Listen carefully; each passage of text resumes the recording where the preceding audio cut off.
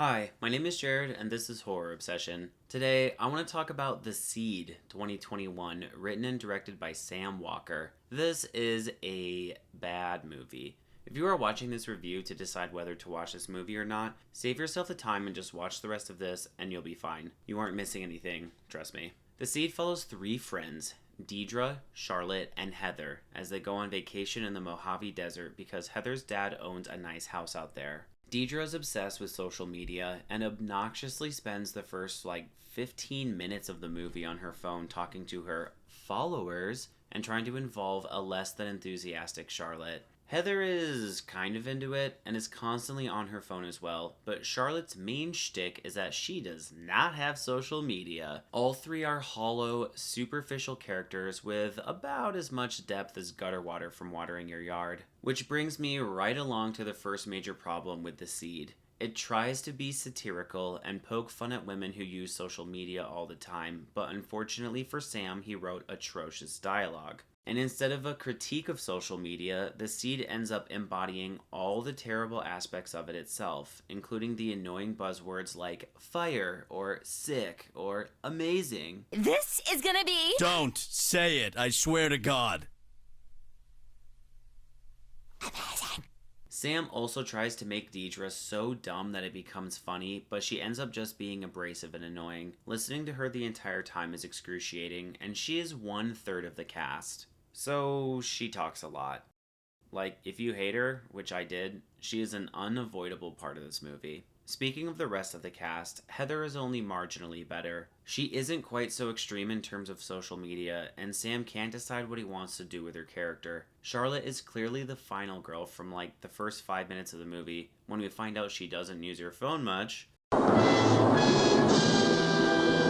and isn't on social media, because phone's bad. Social media bad. Great lesson, Sam. Really original take. I'm proud of you. So Charlotte is the one who doesn't use social media, and Deirdre is the one who uses it all the time, so Heather is the one who uses it some of the time?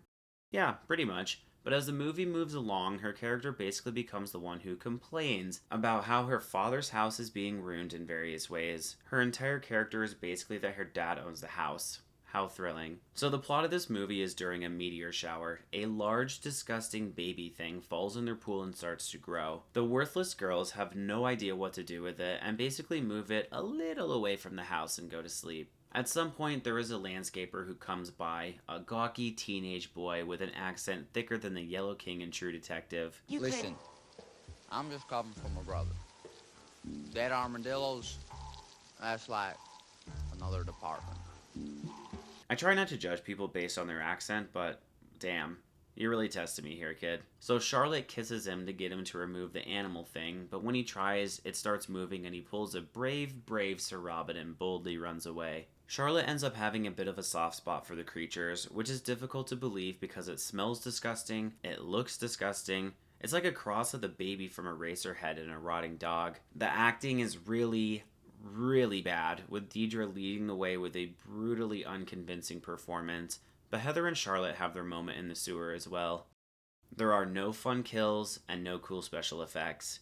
Even some really basic story elements are off here. For example, horror movie supporting characters should be used to better define and clarify the characteristics of the final girl. She should be virtuous in some way, leading to her salvation, and the lack of these virtues leads to the destruction of others. Alright, so Deidre's flaw is social media, and Heather's is also social media. Also, the flaw the supporting character has needs to be the cause of their death, solidifying that their lack of purity and virtue in this one key area leads to their downfall, which is then contrasted to the final girl. Deidre needs to be escaping and then run back into the house to get her phone and pay with her life, or something like that. Her flaw ends up having nothing to do with how she dies, a fatal mistake for a horror movie script. The other major issue with the script is the lack of clear goals for either the protagonists or the antagonists. To bring up a classic, in terms of isolation horror, The Thing succeeds in part because both groups have very clear,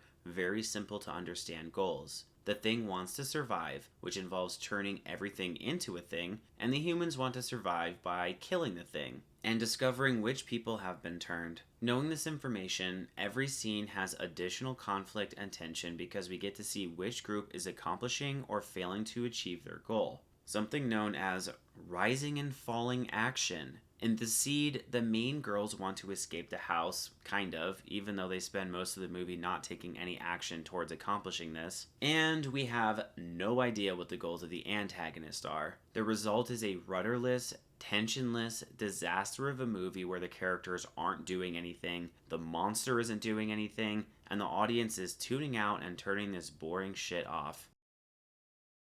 Unless they run a horror movie channel, in which case they might stick it out so they can finish their video, and then really regret it later.